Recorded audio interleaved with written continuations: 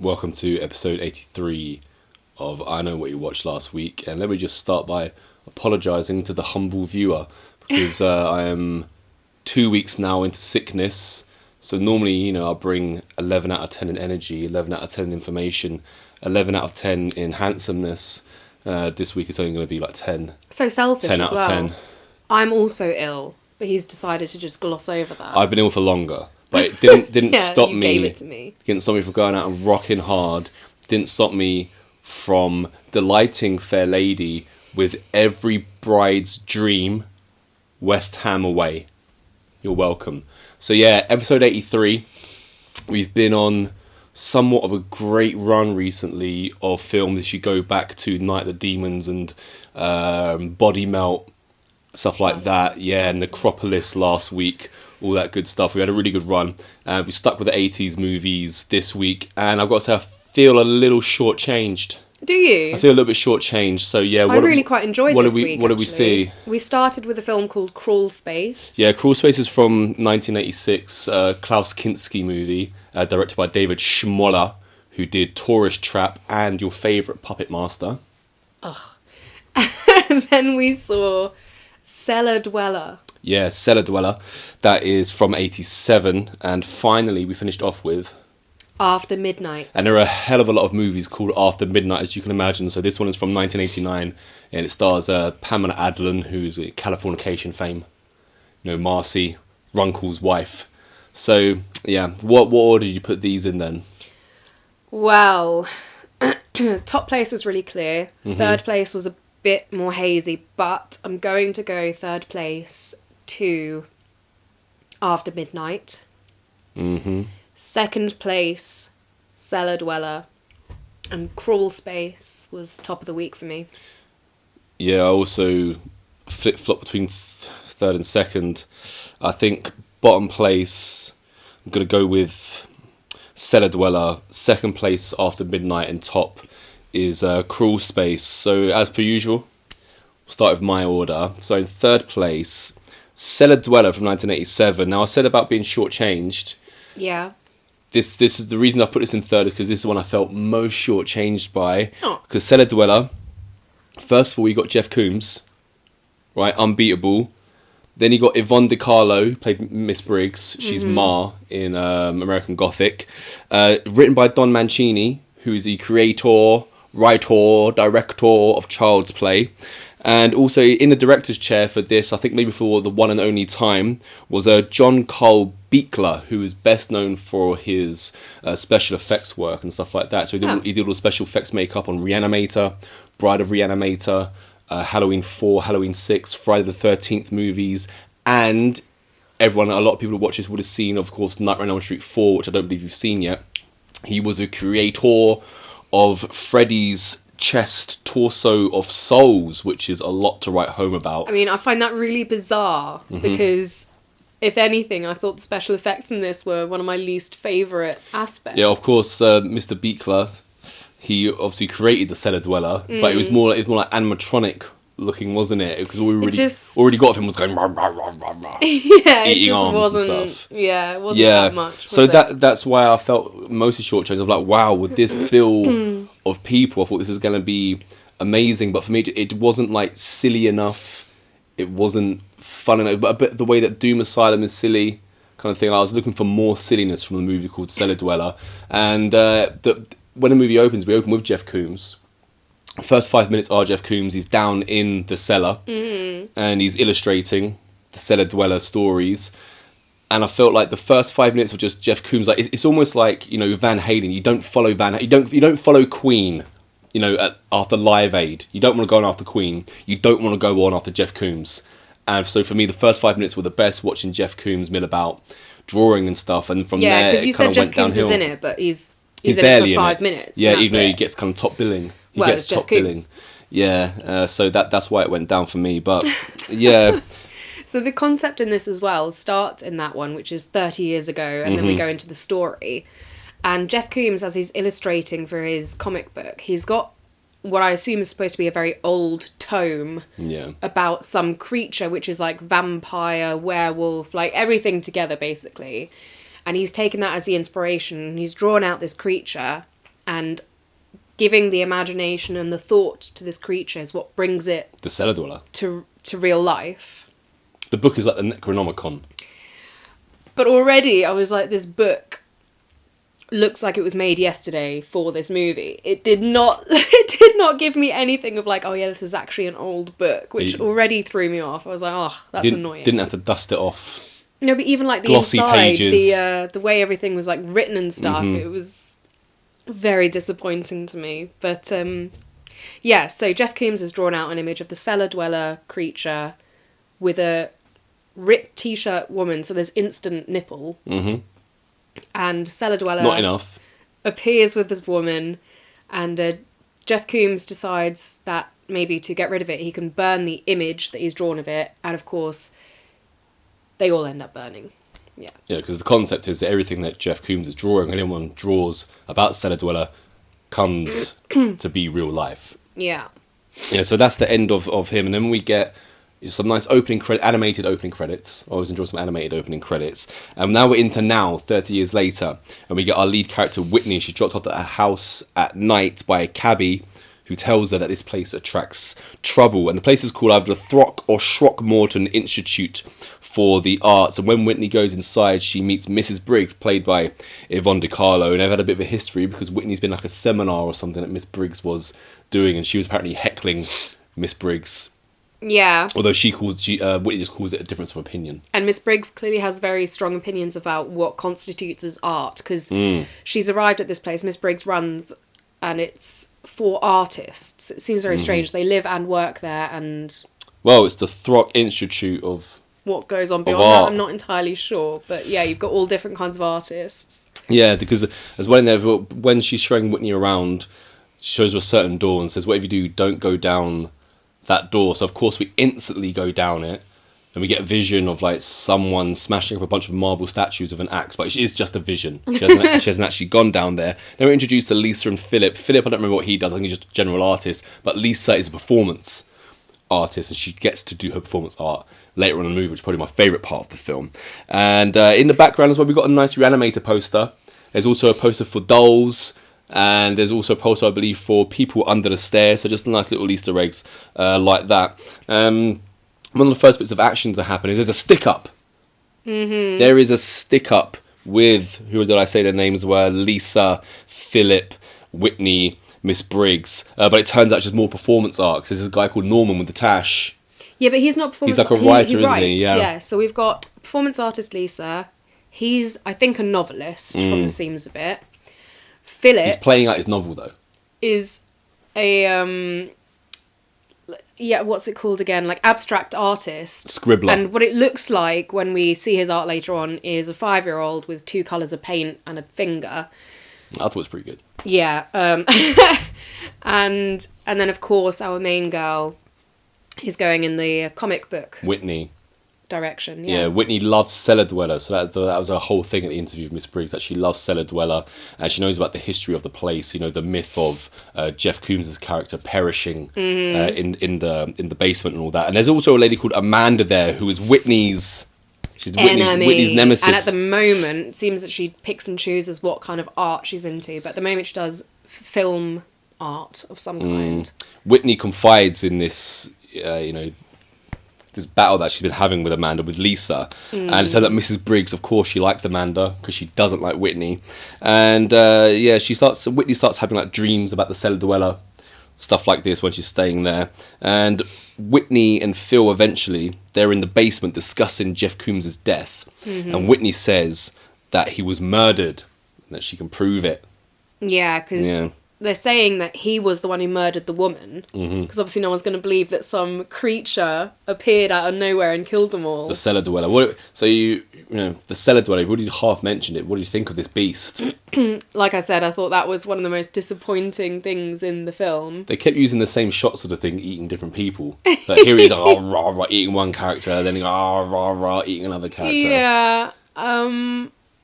And also, given the description, because this is the scene you just mentioned when they're down in the cellar, she's convinced Mrs. Briggs to give her the cellar as her workspace. Yeah, she goes and Briggs at first doesn't want her to go down there, but she ends up conceding pretty quickly. But she's been given it, and she finds in a trunk said old tome that describes the creature. And lo and behold, of course, she now takes it as her inspiration, and she describes the creature. And like I said, so it's supposed to have a combination of 4 classic monsters. So werewolf and vampire, I know, are 2 of them. I don't recall the other ones. But either way, already just from those 2 things, I was like, you could make such a cool monster from this. But it just seemed really basic to me. I was just a bit, you know, it's a bit lukewarm, if you want to say, this creature. I thought you were going to really love it when Whitney decides to use the basement, because they spruce it up, and you love like a little home makeover show, didn't you? Spruce up. Yeah, they spruce it all up, and like they dust down all the cellar dweller artwork and things like that. Make it homely. Yeah, you love makeover shows. So yeah, Whitney finds the Necronomicon, like you said, but Amanda's down there secretly filming her, because Mr. Briggs has put her on a mission. Go and film her. I'd like to commission you, Amanda. Yeah, it turns out she's filming her painting without showing that, and then doing the classic thing of drawing her own hand, copying, and then she's like, oh, as you can see, she's a plagiarist. But things go wrong for her before she can make that public. Yeah, because when Amanda's filming, the dweller is in the basement. Whitney leaves, Amanda goes down in there, they have a little bicker, they bicker a little bit. So now it's just Amanda down in the basement, and the dweller gets Amanda as Whitney is illustrating.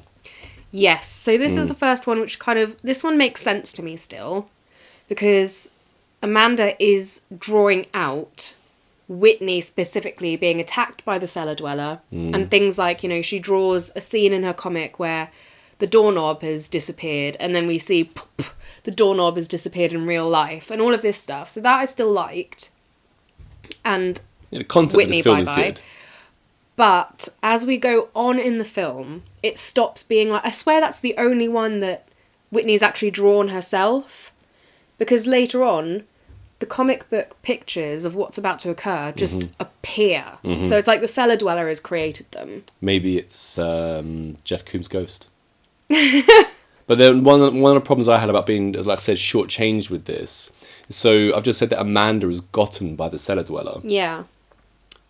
It's either off screen or there wasn't enough good kills, there wasn't enough gore in it. So there's one half decent funny one which will come later, which was, I believe I said his name was Norman, the Tash guy, the novelist. But everyone else it's just off screen, or you don't really see it, or as I mentioned before, you just get the constant same shots of the dwellers going rum rum rum rum, eating arms and stuff this. It's more that you're shown what's supposed to be happening through the comic drawings, like you're reading the comic book yourself, and more, as you said, implied and off-screen. So we know technically the cellar dweller is like ripping people apart and eating them.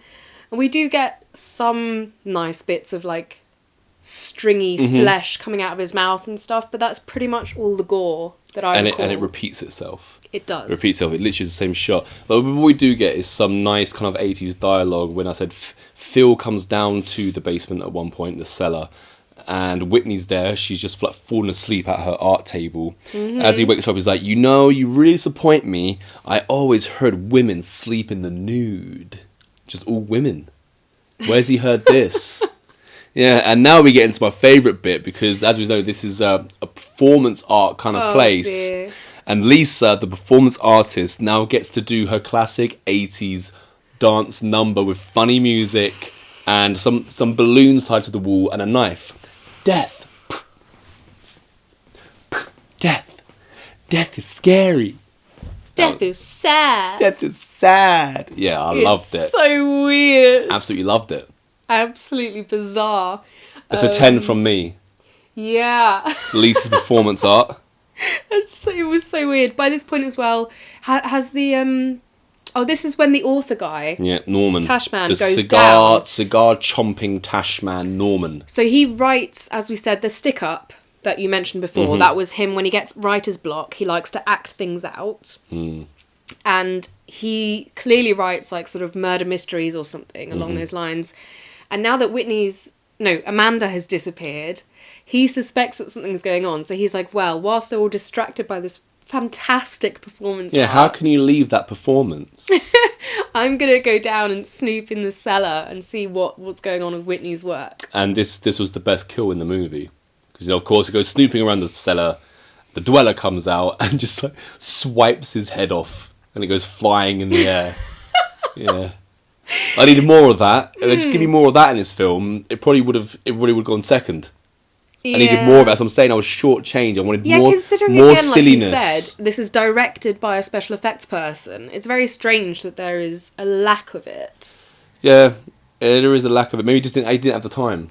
You probably didn't have the time. Like I said, on paper, this is great, the amount of people you've got in this. You think you can't go wrong. But maybe they've got the wrong people in the wrong places. Mr. Beekler should have just gone down the special effects, put Don Mancini in the director's chair as the writer, whatever. But they've all done great stuff, so I'm not going to rag on them too hard.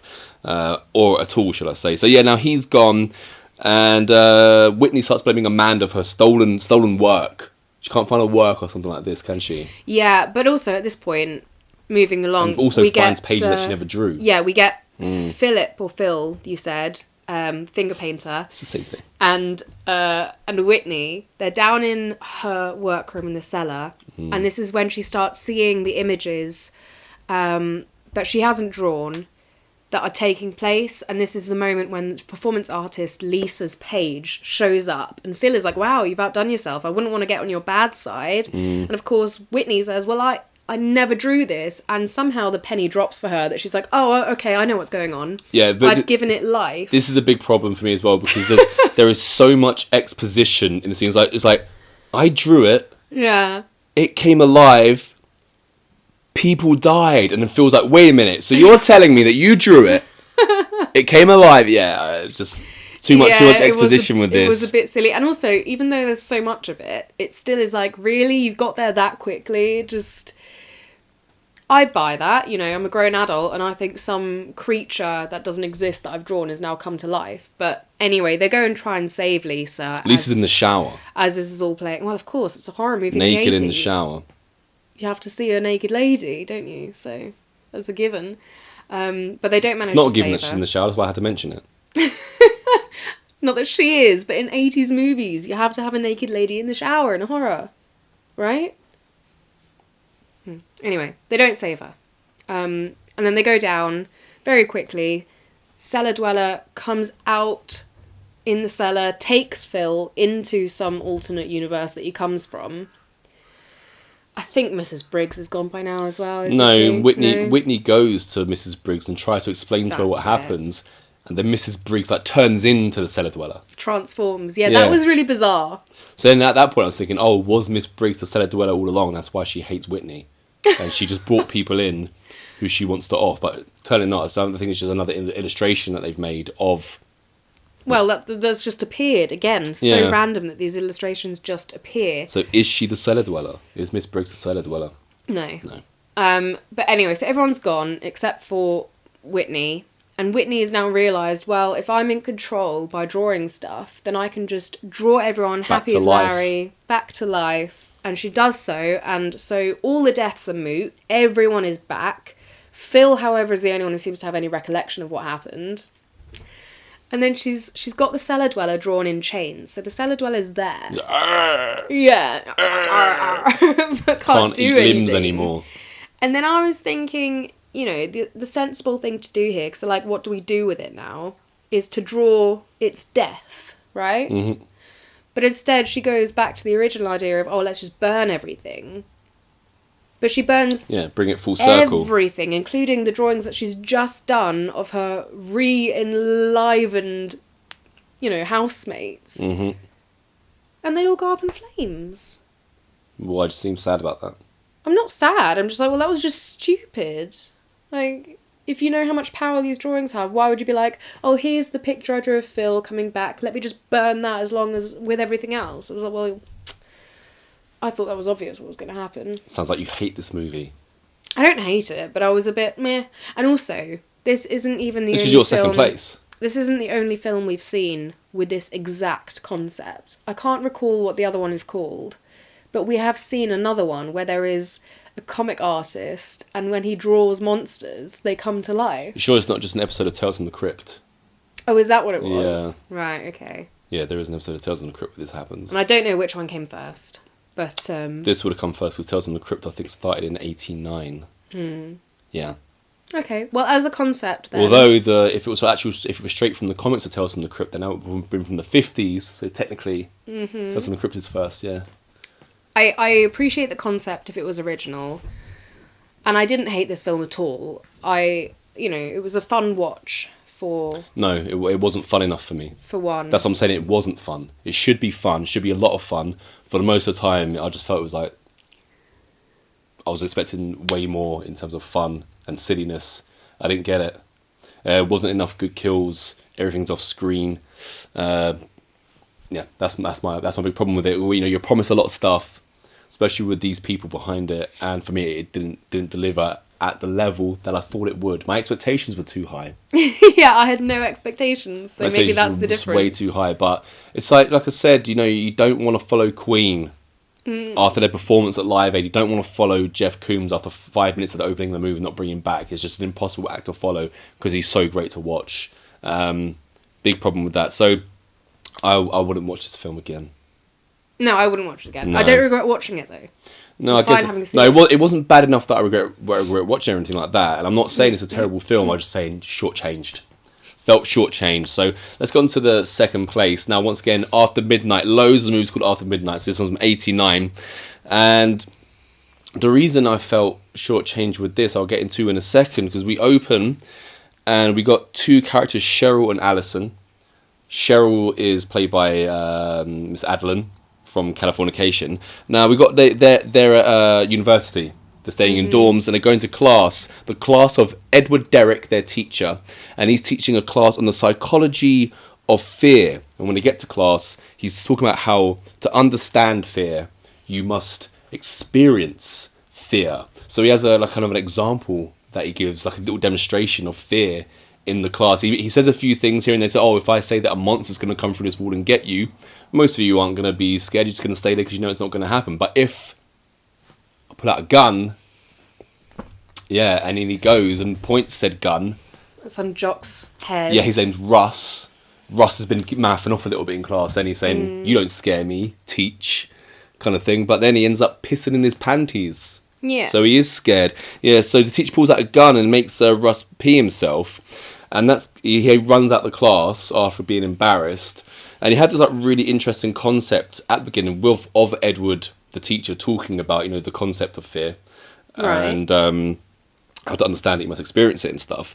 And the guy Russ, he's being taken the mickey out of by his other fellow students outside, saying, you peed your pants, whatever. So he goes and complains to the dean of the university. So the next time they're in Edward Derrick's class, he says, look, I was going to take this approach to teaching you, but now, because someone's complained, you just need to read all of these books.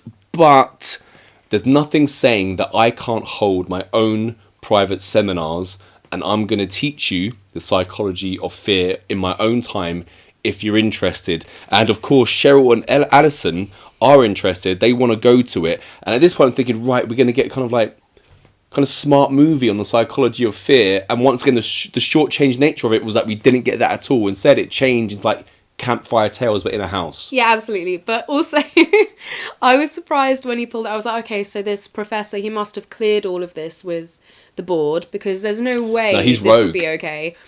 And he's like, well, someone's complained. And it's like, well, to be fair, if you pointed a loaded gun at my head, I think I would complain as well. It wasn't a loaded gun though, was it? It had a bullet in it.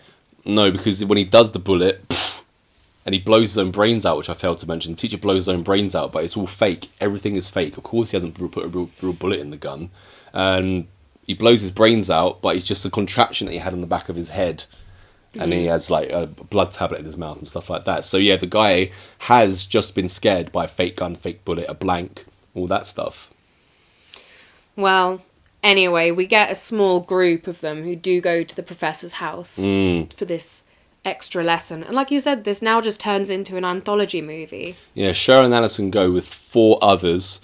Edward the teacher, Edward Derrick, he pops out. He's like, let's begin. And instead, someone just started. I think is it his story first about the couple that are they're having dinner in Malibu, and as they're driving back from the restaurant, they decide to take the long way back home. Big mistake, because as they're driving, there are some tacks on the road. I don't know how a tack can burst your tyres, but these tacks do. But before they get their tyres burst, they're driving and they see a house in the distance with the lights on. They point out, I didn't know that so-and-so or anyone had bought this house again. It's one of those creepy old places with the reputation. It's like, so look, they notice a light on in this spooky house. They say someone must have bought the place. They get the 2 flat tires, and while they're standing around in the cold in Malibu, they decide to knock at this house where apparently 5 people were murdered. And they spend quite a lot of time outside it because he doesn't want to go in. She does want to go in. Eventually, of course, it's a horror movie, so they do go through the front gates, and Joni, decides when no one's answering the door, so I'm going to go and break in around the corner. She breaks in through the window, leaves her, I believe, husband standing there. He then walks back round to the front door, and lo and behold, wouldn't you believe it, he can just get in easily now. And once you get into the spooky house, see lots of spooky things. And what do I tell you? It's always spooky. Grandfather clocks? Yeah, not just grandfather clocks, just, wall-mounted wooden clocks with the... So the bong. TikTok sound is what creeps you out, is it? Clocks are always scary. Haven't you seen Amityville? Clocks are scary. And apart from the scary clock, there's kind of like just cobwebs. And he comes across his room as well with a bunch of beetle-strewn skulls. And then all the beetles get onto him, which is a bit strange. Yeah, I want to mention that again in a second when we get to the end of this little story. That was kind of the only spooky things we see until, he finally catches a glimpse of his missus because she is just playing a prank on him. Yeah, this was so stupid. So apparently her prank, the doors slide open, she's there, oh, husband of mine, the doors close, doors open again, and it's some weird mask-looking old thing with kind of freaky looking shears. Yeah, especially doing that with the shears. Yeah. And the doors close again, and it turns out that, as you said, it's a prank that she's playing for his birthday. You don't like pranks, do you? With a bunch of his friends there, so they've all broken into this place, tacked his car, ruined his tyres, and got him in there. I don't know if they set the skulls up as well. If you want the practical joke to have its full effect, you've got to go full in. I mean, she's really committed to this. Ruin the tyres on your BMW. He doesn't really seem like the type that would be like, oh, that was so good. He would be like, well, why the hell have you done this? If you did this to me, I'd be really pissed off. And again, now mentioning it, so what, did she bring a massive collection of bugs, cockroaches and stuff to then spread over the skulls? No, I think that was just there in general. It's just that he happened to walk up there when he's wandering around. But anyway, he's now seen this creepy shears person where his wife is, and there's suits of armour, one's fallen on him, so he takes the sword from the suit of armour. And as he's going towards it, she starts turning around as the doors open with his birthday cake, but he's already gone to swing, and wouldn't you know it, prank gone wrong.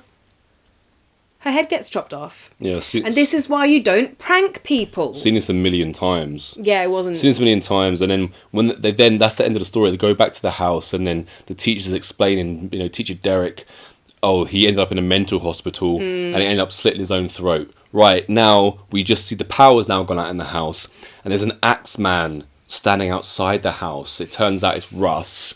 Russ, the guy that peed himself. So it's time now for the second story, and it's about 4 girls who are queuing to get into a club, but they're underage. Mm-hmm. In the queue, they get inside the club, but they get quickly chucked out. So they get back into their car, and they pull up to what it seems to be like an abandoned gas station.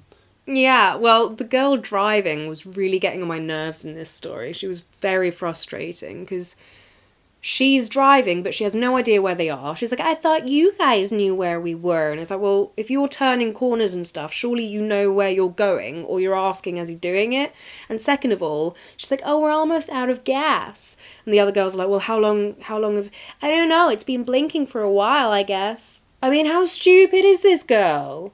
Well, it's a 1980s horror movie. And then she does more stupid stuff as the story progresses. But anyway, they're at this very much not functional gas station in a bad part of town, but they don't know exactly where. Talk about the bad part of town. What I really loved was this is downtown Los Angeles, 1989, so it is run down. Not like today where DTLA is just like, oh, give me $5 million, you can have an apartment kind of thing. This is when it was truly run down and no one wanted to be there. They end up, so once they get outside this abandoned gas station, 2 of the girls wait by the car, 2 of them go inside the building, and as the 2 girls are wandering around the building, they come across a few dogs, some angry dogs, some vicious dogs, and a right weirdo who starts getting violent with him as he pulls out a blade and takes one of the girls hostage, Yeah. while he's like saying, I'm going to have a lot of fun with you, while the other one just kind of like watching.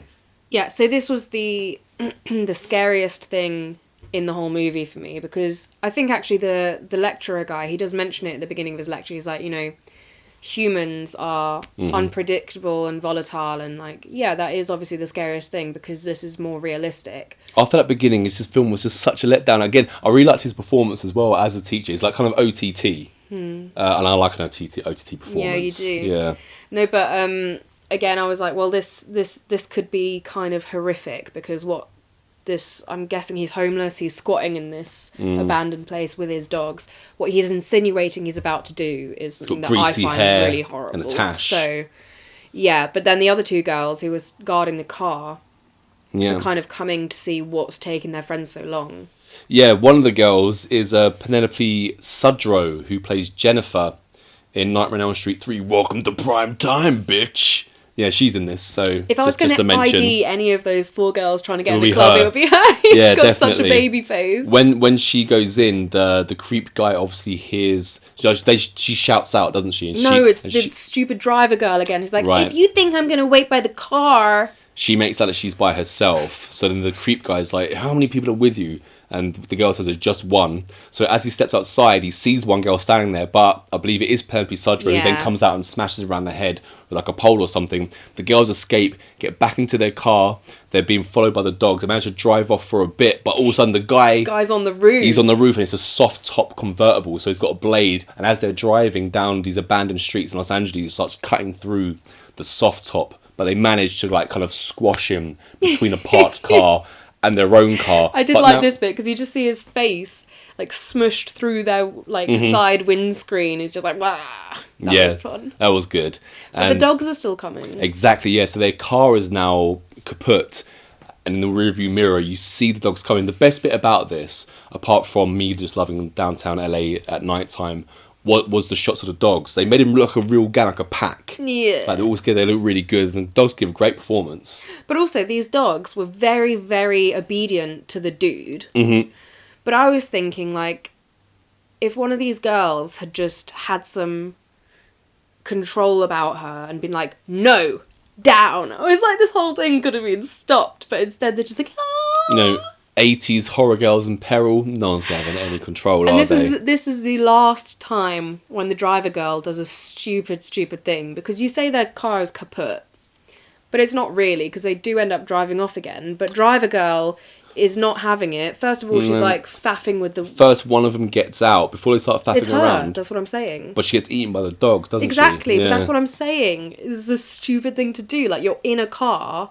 Yes, I know the top's been kind of ripped up a bit, but you're still safer in the car than just running along the road with a pack of dogs after you. But you're in like an abandoned DTLA. They've already come across one creep, they know there's going to be another creep, is what I'm saying. So you go off on your own and run down the road?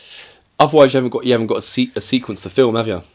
I didn't like it. You can't just keep them in the car. But yeah, she gets got, of course, by the dogs, because no person can outrun doggies, and the rest of the girls managed to get the car going. Dogs giving chase, and they're out of gas as well, is the problem. So that's why they can't drive. And as the dogs give chase, they keep giving chase all the way through. So the 3 remaining girls are like climbing over fences and stuff like this as the dogs are coming.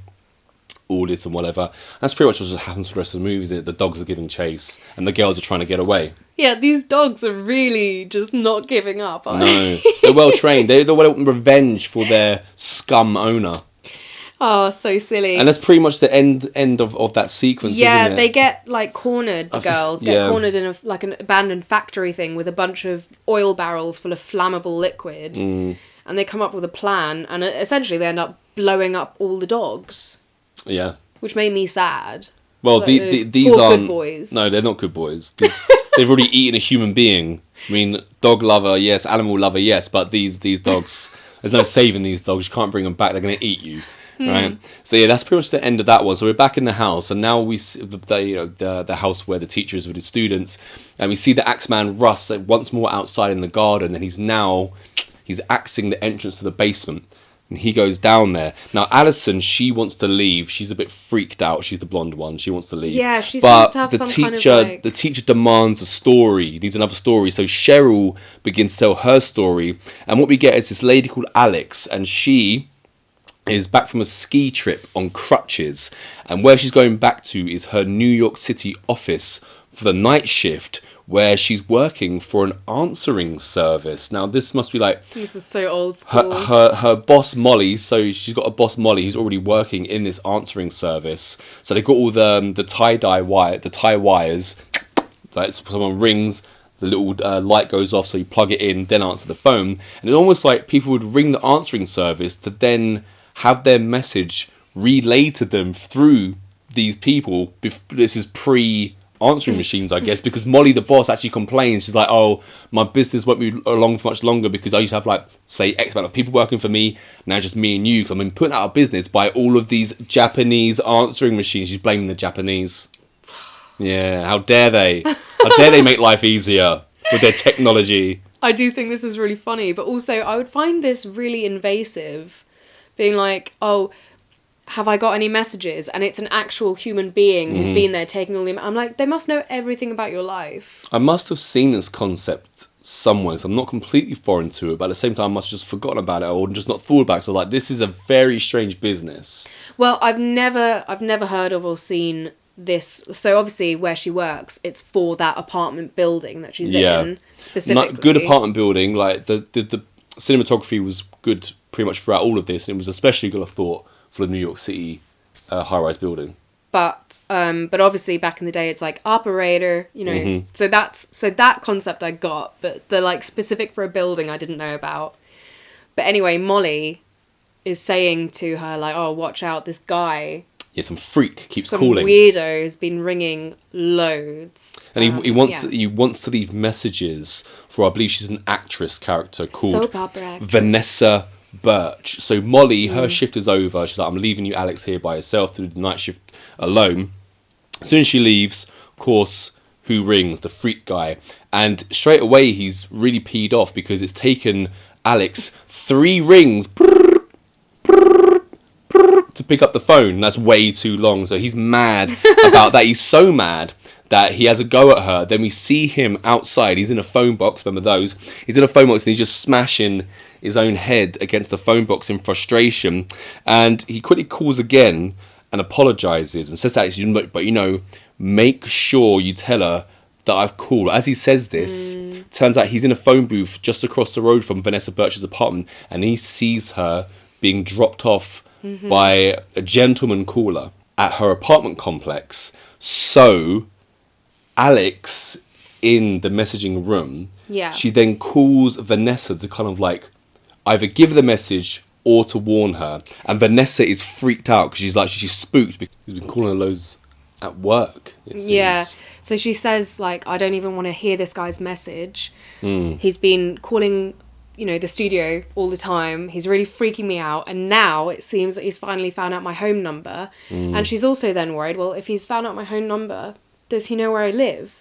Which obviously he does. So then the freak guy, he calls Alex at the messaging service again. He's like, what did you tell her? What did you tell her? He's like, don't lie to me. Tell me what you said, kind of thing. So then Alex then tries to ring with Vanessa to warn her, but he strangled her with a phone cord. Yeah. Yeah. And he's really pissed off that Alex lied to him. Yeah. You're just like her. One of those typical nutcases. So Alex calls her boss Molly to come back. He's like, look, I'm out of here. Stuff's taking a turn for the worse and I can't be here. And there's also now a security guy called Ray. Ray's introduced at the beginning, but kind of Alex just wanted to like poo him off kind of thing. But now she's glad that he's there. So Alex now back on her crutches. And as she's trying to like leave the building, I believe it might be Molly who falls out of an elevator dead. Yeah, I mean, I thought this was so stupid from Alex's perspective though, because she's like, she called Ray and is like, hey Ray, can you just let me know if someone dodgy enters the building? But I'm like, hang on a second, you know perfectly well that this guy is in the soap opera actress's apartment because he just answered her phone. Like, how did that not clock with her? And also, you're mad. Why is she calling Ray and not the cops straight away? Like, when she rang Molly's number or something, I was like, why? I assumed she was going to call the cops, but no. Well, this is New York, late 80s. They've got bigger things to do than just prank phone calls. So stupid. Whatever. But yeah, you're right. She tries to get the elevator, and Molly has been gotten to already. She's already been gotten to already. So Alex then falls down the stairs, and as she's getting herself back up, she thinks that the killer is coming, but it's just Ray, but she accidentally stabs him. Yeah. So that's the end of security guard Ray. And then we just see in the background the freak appear in the same room as Alex and Finn. Yeah. Yeah, again, another one which is like, whatever, I've seen this a million times before as well. That was it. I was like, none of these stories are original. None of them are, like, particularly scary. And they weren't engaging. It wasn't. It was just... Yeah, it was just a bit... Like I said, I thought we were going to get a really interesting film after the beginning. I thought they were all shot very well, or, well enough. I thought they were acted well. Mm-hmm. Nothing All that stuff on is the fine. technical level was bad, Yeah. but it was just like script-wise, it was like meh. Yeah, we're now getting to the end of the movie. So back in the house, Alison, it's funny time for her to tell a story, but she claims that her story is too scary, as her story is about everybody in the house. It turns out that PP Pants student Russ, he's got himself into the basement where teacher Edward now is. Has gone down to check on the heating. And Russ KOs him, right? Strings him up. Alison goes looking and she finds Edward being hung upside down by Russ, and he's got like a flammable liquid and he's making a circle around Russ's head while he hangs upside down because he's still peeved about peeing his pants. He's like, I'm going to make you scream. Yeah, but you can't scare teacher Edward though, can you? No, he's not scared at all. No. And the pipe that he's been strung up on can't handle his big body mass, so he falls to the floor anyway. And then Russ has got an axe, the one he used to get into Axeman Russ, it. Yeah. And he's like kind of threatening the teacher, and teacher's just like, do it. Just do it. But he doesn't. Russ does a smart thing. He's like, oh, no, I'm going to walk away. Yeah, but then Edward gets his axe, starts axing Russ while on fire, so he's burning to a crisp. He's like fully engulfed in flames, teacher Edward, while he's axing Russ on the floor. And I'm thinking, oh, what's happening here? All of a sudden, there's a stop motion animation skeleton coming after everybody with the axe. A steaming skeleton. And like that goes on for a while. Like, here's the skeleton coming after you. One of the girls gets like sucked vertically, and I was like, where's this suction thing come from now? The suction vertically was, that bizarre. was quite mystifying. It just, like, because the whole point of this film so far, I thought, was that it's all something that could have happened. Yeah, realism. It's not like Cellar Dweller where there's a creature. No. Like, it's supposed to be realistic. And then it just loses all of that. So after being sucked through midair and having a stop motion animation skeleton with an axe coming after everybody, all of a sudden, Alison is now in the spook house from the first movie. From the first sequence. Yeah. And she's running around that, and then she ends up in another place, and she ends up in the New York City office space where Alex was. Edward shows up, shoots her, but then she just wakes up, and we're back to the beginning of the movie where the two girls, let's say Alison, on their way to class. and people were on their way to class, and it was almost like, oh, it's all a dream. Which was pathetic. No, it wasn't though, because it was supposed to. Because at the beginning of the film, the scene we see again now, she's like, "Oh, I've been having like bad dreams about this class," and it's kind of insinuated the whole time that she knows kind of what's coming, but it's So yeah, the whole thing was a dream. Like I just said, it was her dream that she's already insinuated that she's been having. but that's about to happen. Either way, it sucks. Yeah, that ending stank. It was the movie started like really quite intriguing, I thought, and then just went downhill. It wasn't like the worst movie again that I've seen or anything like that, but it just massively shortchanged again. So this is shortchange week. That's what we got here. So we'll move on to the number one movie of the week from 1986, Crawlspace. I really liked this film. Starring Klaus Kinski, Tane. Just one word, one name, Tane like Madonna, but it's not Tane. It's Tane McClure. She directed Seance Games Metaxu, and is also from Triangles, the band who did the Terminator soundtrack. Yeah, Burning in the Third Degree and all that great stuff. You can't do that. Also, as I mentioned earlier on, directed also by David Schmeller, who did Tourist Trap, which is a pretty cool movie, and Puppet Master, which you absolutely despise for some reason. Yeah, and opening of this movie, Girl in the Cage. There's a girl in a cage. Klaus Kinski is there, and he comes out and says that her tongue has been cut out. Because it's a woman, isn't it? She's like walking around this premises, this house, looking attic, for someone. Yeah. And she comes across this person in the cage. Klaus Kinski says she's cut her tongue out, and then there's like this harpoon blade comes out of nowhere and impales this woman who's been looking around Klaus Kinski's house. And it's very Friday the 13th, that effect. That's what I remember the most, is like, this could be a Friday the 13th kill. So all good so far, kind of thing. And we then see Klaus Kinski's character by himself playing Russian roulette. So it's one bullet in the gun, does the chamber. And as the bullet doesn't go off, he says, well, I guess we'll advertise the apartment again, pretty much. It seems like... He says, so be it. So be it, yeah. And the so be it is referring to him, advertising his apartment for rent. So I guess when he finally offs himself with a bullet, if it ever happens, then there'll be no more apartment for rent. But yeah, that's what he's doing. And I was just thinking, that's a bit weird, because if you're going to play Russian roulette, it's probably more fun to play with people, like most games, isn't it? That's so not the point, though, you silly. But... because this is get a some running friends thing. round. So hang on, would you play Russian roulette? No. Would you play Russian roulette for £1 billion prize?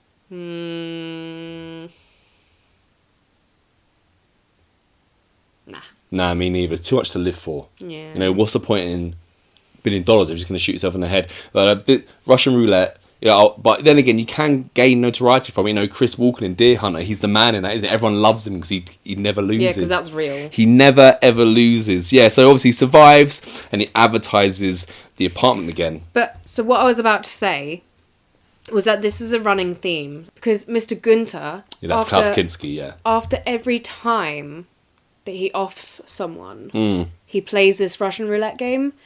And it's clearly a thing for him of like, well, I'll let the universe decide because I'm not going to be able to stop killing. So it's either them or me. And so every time he's like, should I be given another chance to kill? And that's why he's doing it. Because he's obsessed with the closeness of life and death, isn't he? But he's not really leaving it up to chance because there's how many chambers in one of these guns? 6. And he's only putting in 1 bullet. And that's how you play. That's how you play Russian roulette. You don't put 2 bullets in unless you're really up in the ante. But it doesn't make sense to why he's doing it. He's not doing it as a game. He's doing it as like it's the universe saying whether or not I should carry on. What's wrong with that? Well, if it's the universe's choice, then surely it should be more even. You should put 3 bullets in. No, that's dumb. That's the dumbest idea I've ever heard about Russian roulette.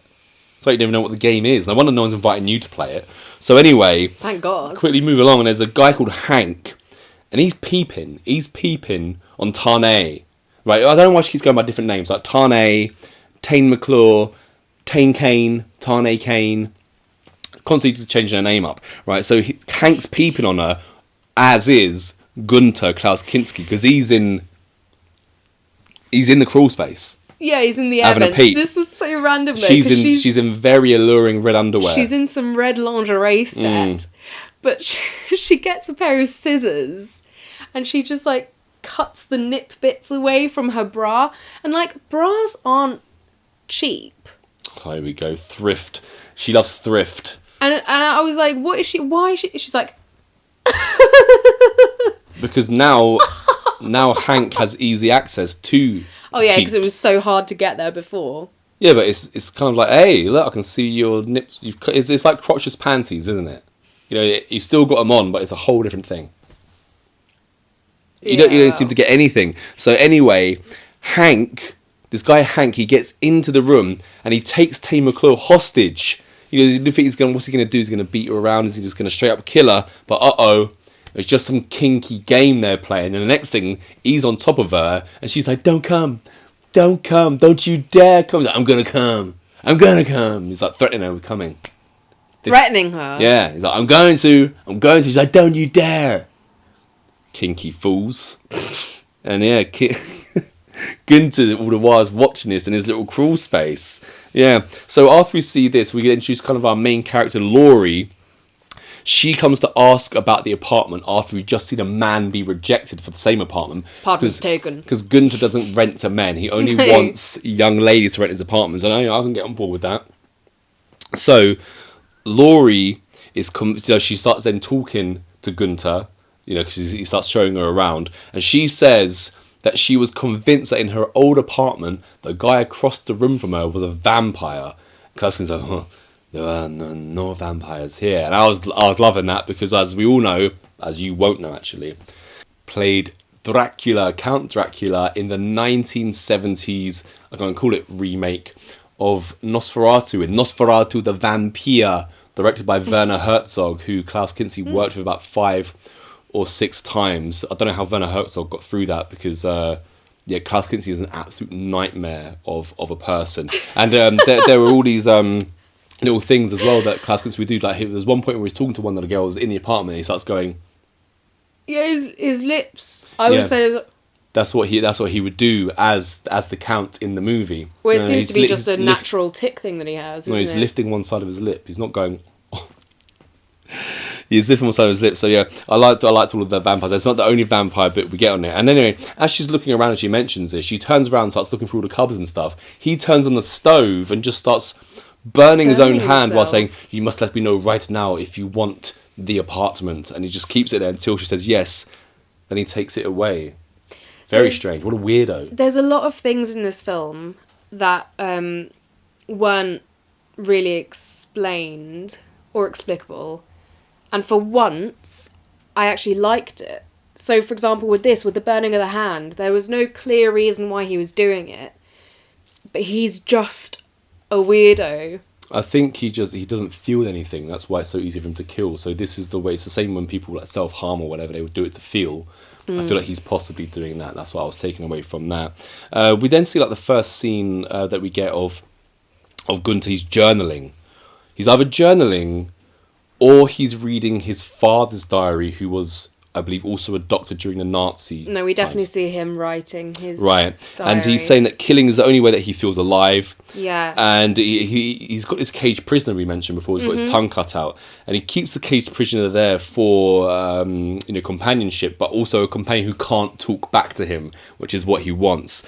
And so that's the first kind of instance we see of that. And he goes up to the cage, and the cage prisoned girl then hands him a piece of paper saying like, "Please kill me." He's like, "There's no way I'm going to kill you. Who would I talk to? You're my pet," kind of thing. Yeah. And as well as Tane, there are some other ladies who are around this apartment block. And it's ladies' night. And what do you drink on ladies' night? Tequila milkshake. What the hell is a tequila milkshake? I don't know. I mean, I've heard of a White Russian before. Yeah. That's with vodka, White Russian, though. Black Russian, yeah. I don't know about tequila and milk. Tequila milkshake. That and was they've bizarre. got a ton. I mean, I would have been at that girls' night because it was just a spread of all sorts of sweets and biscuits and. But little did they know that Klaus Kinski's in the Crawlspace again, looking at them all. Not only has he got this like Crawlspace, he's also got these other contraptions around the apartment block, because all of a sudden this little slot opens and a rat is released into the girls' party. That was a bit silly, but I swear that's the only thing of that kind that we see, because normally he's just in the air vents looking through the little ventilation bits and spying. But in this one particular instance, as you said, we see a little bit of the skirting board just being lifted out of place, remote, and the rat turns up. Yeah, and also all the girls like jump on the furniture in that typical like way. Yeah, I mean, how do you expect them to react? Not like that. That's how I knew they were going to react. Yeah. After this, we see Tane once again, and she's now, as we mentioned, she played in the band Triangles. Tane Kane in the Triangles does these amazing songs on the Terminator soundtrack in Tech Noir. And talk about being shortchanged, right? She's now sitting at the piano playing some rubbish ballad. Yeah. It's no Burning the Third Degree, is it? It's no photo play. It's just some shite ballad. I'm not happy about that. I wanted her singing properly. Once again, though, her boyfriend Hank is loitering outside, pretending to play a stalker. But before he can get inside this time, Gunter shows up, shows him his blade, and at the next shot, we just see 2 eyeballs in a mason jar next to the tongue mason jar. The tongue that's been cut out of the lady. Yeah. Yeah, he seems to be just collecting random pieces of people's body, doesn't he? So then once again, he plays Russian roulette, and he wins. So we carry on. All of a sudden, there's this man knocking at Gunter's door. So Gunter looks through the peephole, And he's trying to be quiet. He doesn't want the man to know that he's in his house. But because the man's not giving up, he won't go away, he decides to open it. He opens the door to a guy called Joe Steiner, who says, "Do you remember me? I spent 3 years looking for you, and I won't be going anywhere." Mm-hmm. So yeah, Gunther kind of like has to invite him in the end. And we kind of find out that while Gunther was working in the hospital, 67 people died. Seems like quite a high number. From minor illnesses. Yeah, and one of the people was Joe Steiner's brother, so that's why he's on his tail. And he's trying to find the evidence he needs to basically get Gunther convicted. This guy was a compulsive smoker. Joe Steiner, yeah. And he did a very weird thing. Again, it's not really shown unless you're paying attention, but I noticed that... So he puts out his cigarette when he's about to go into the apartment, and he pops it in his jacket pocket, the butt. Mm-hmm. And then when he sat in Gunther's room and he's smoking, he uses his own hand as an ashtray. And again, he just like pops the ash into the pocket. I'm like, he must smell disgusting. Literally like an ashtray. Yeah, very strange behaviour. You got How weird is that? Two very strange people here. And the other thing that's really weird, again, like the hand over the thing, which, yeah, I agree, your explanation could very well work, but the other thing that Gunther does when he's in the air vent is he seems to have like a little silver ball thing and his flip knife, and he's always just like tapping it.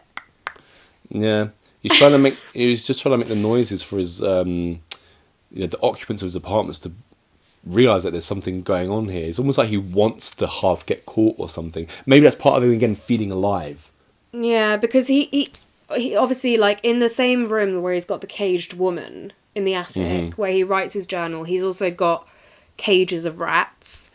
So he's got that, like, the rat that came out the skirting board. So his thing to his tenants is like, oh, if you hear noises of him rustling around the air vents, it's just rats. Yeah. And the next thing we see is, once again, Gunther in his crawl space, peeping, and he has one of the rats in his hand, and he... kind of like crushes its head off, to death or something. Yeah, either way, he's blood all over his hands. Yeah, and he's just like looking. Yeah, very strange. And then we see him journaling again. He's like, 1973, I start to practice euthanasia. 1974, I kill a man and I didn't feel any remorse. So now there's a girl called Jessica, and she's back. She's one of the inhabitants of the flats. She's back from the ballet with a rich older guy called Alfred. And of course, Gunther's on it. He's in the crawl space again, looking at what's going on between Jessica and Alfred. And Gunther is in there again, making these weird noises. So Alfred goes up to the vent while Jessica leaves for a second to get into something more comfortable. And he's about to like, get really close to it. But of course, Jessica comes back out. And as Jessica comes back out, she has her way with him, doesn't she? Yeah, but what I thought was really funny was that they're about to make love, I assume, again. And Gunther's there doing his tapping in the air vents. And the dude is like... Alfred. I can't make love with this noise. I was like, you can't make love with this gorgeous young woman. I've written this. Jess comes out and has her way with him. They're about to do it again. There's more tapping noises, but... He's not having it. Alf can't shag to that sound, so he leaves. So he's out of here. And what kind of man is he? Stupidly, he goes snooping. And as he goes snooping again, we don't really see what happens to him. We just see his ring finger with his ring that he's been showing off is now also in a mason jar, so we know that Gunther has got him. Now, I just want to mention a little bit of Klaus Kinski. So, did like 5 or 6 movies with Werner Herzog, right? Right. But Klaus Kinski was a little mentalist, right? To the point where he would do one-man shows, not out of choice, just because no other actor would work with him.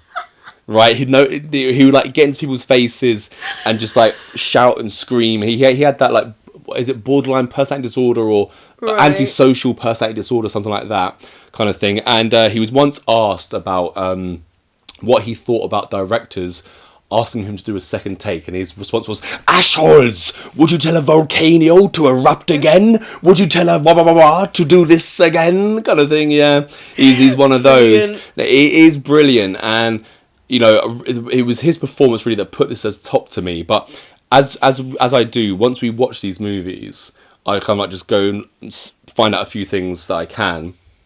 And I found out something extremely extremely disturbing about Mr. Kinski, like unforgivable stuff which I hadn't heard about before. So everything that we're saying about in this movie is just simply about what we watched, and what I found out afterwards is appalling. You can find that out yourselves. And that's all I want to say about it. But it is his performance, his nutty performance that is making this movie for me. Believable. Yeah. So the next thing it's believable because he is an actual nutcase in real life anyway.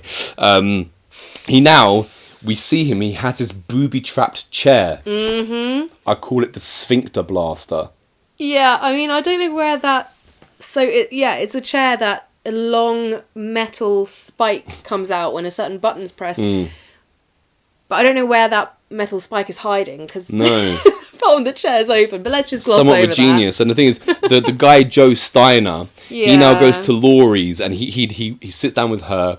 He knows all about her, starts saying, oh, I know about your brother who died when he was 4 years old, and yada yada. He explains to her why he's there. He's looking to kind of like trap Gunther in his lie or whatever. But she kind of like doesn't really take it too much. She's, oh no, he's just my landlord. Ends up chucking him out. So as he's chucked out, he then goes to Gunther's room, and what does he do? Sits in the chair. He sits in the chair and starts rifling through Gunther's diaries. And from behind the curtain appears Gunther, lets Steiner know that he's there, and up the sphincter it goes. I gotta say, the blade can only get like up his sphincter and then probably to the small of his back. So how's it killed him? It was quite a long blade. Was it? Maybe I'm not remembering how long the blade was. I thought it was a bit shorter than... I mean, I think putting any kind of blade up your sphincter is going to do quite a lot of damage. But kill you? So... Okay, I'll take your word for it that it was a longer harpoon type. Yeah. Yeah, it was So he's been impaled up the jacksie, which is not nice. He then, to celebrate this, Gunther wins at Russian roulette again. Now, I asked you earlier on, is Russian roulette a game you play? He said no. He said not even for $1 billion. Is Russian roulette a game you'd like to watch others play? No. No? I don't even see how it's called a game. It's not a game. It's a fun game. Unless you game. Want to die, it's idiotic. Love watching Christopher Walken play Russian roulette. Absolutely love it. So, I guess under the right circumstances, I would love to be in the crowd, like, with the money, and betting on it. If you get a couple of, like, absolute wrong-uns to play it. Dregs of society, proper wrong-uns, so you don't really care if they live or, if they die or not. Then I'm in. I like the dark stuff. That's just me then, I guess. So, now we get it really weird. We just see Gunther. He's in the mirror and he just starts applying makeup to his face very sloppily. Mm-hmm. Very, very sloppily. As he finishes putting all the makeup on, he's in his little hideout. He then starts running a projector. And it's footage of Hitler in his pomp, like delivering his speeches and stuff like that. Because I didn't mention that when Steiner comes and sees him, before he leaves, he hands him a photo of a little kid in like Nazi uniform, doesn't he?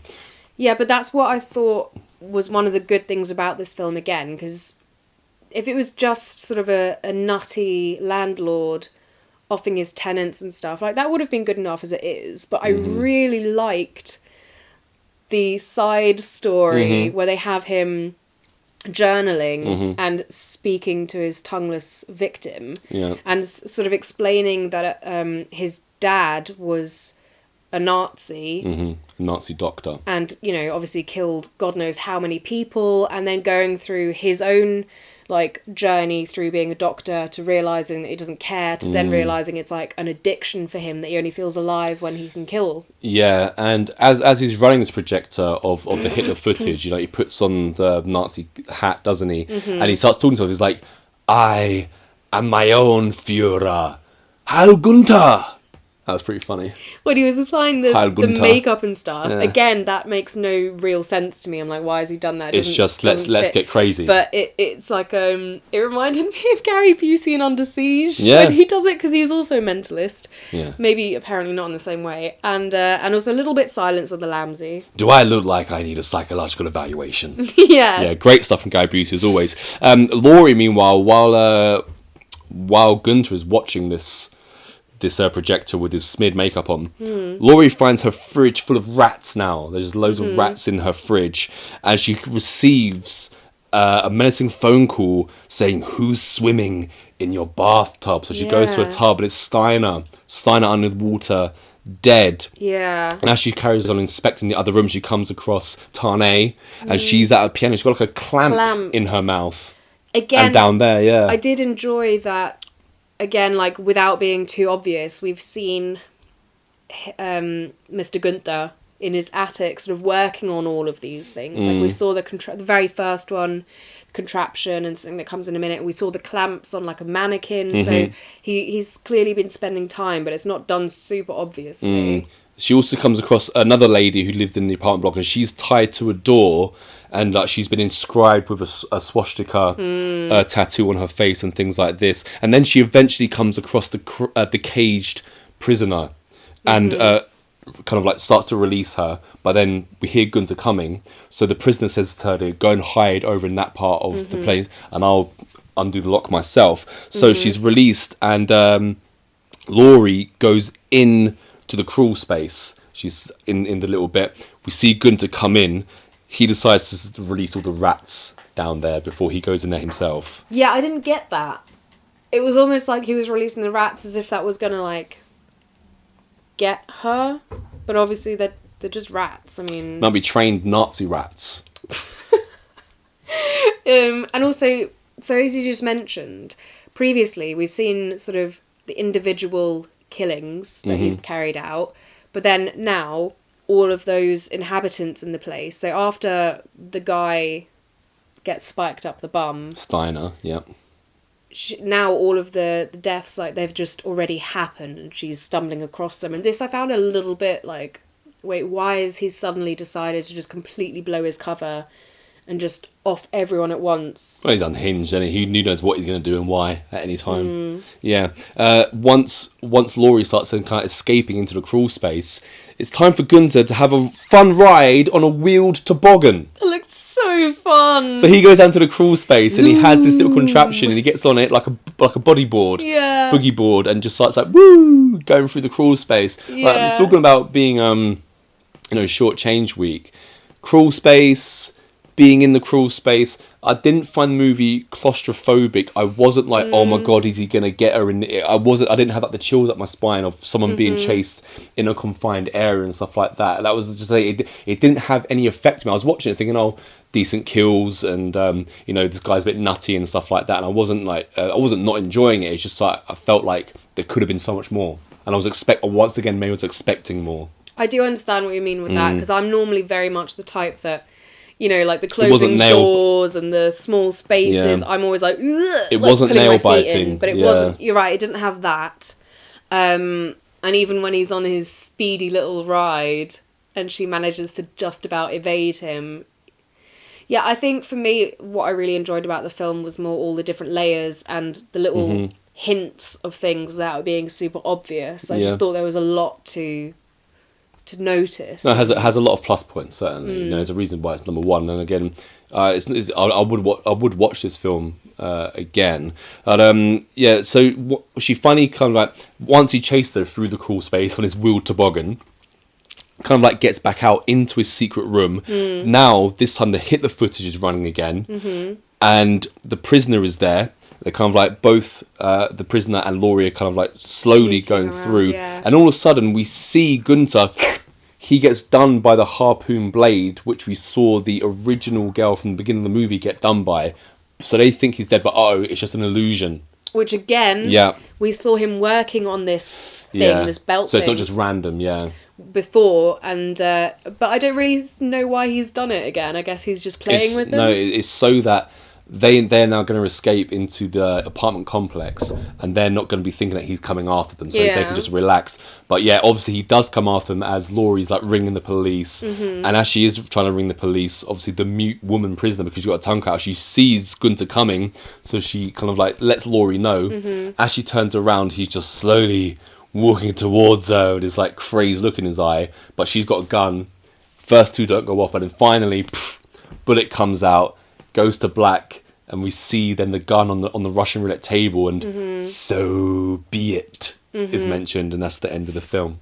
I also thought it was interesting when you consider adding in all that stuff about the Nazi and all of that weird stuff, because again, the girl that he's got imprisoned without her tongue, they've also made her look incredibly much like a Holocaust victim. Oh, she's very much emaciated. Like, and they've shaved skin, her hair off. She's getting, like... So much so that at first I wasn't sure if it was a guy or a girl that I was looking at first. I did think it was a girl, just because of the features and stuff like that, but I wasn't entirely sure. Yeah, it's like emaciated and just looks worse for wear. And again, when she's walking through the house when they think he's dead, I like that they committed, and it was more realistic that, of course, she's been in this cramped little cage for ages, so she can barely walk and stuff, and they had her in, like a pyjama style outfit. I just thought that was a thing they don't make a big deal out of. The little details have been paid attention to, but there is I think they're trying to say more. If you want to look into it, you can see more from it, which I appreciated.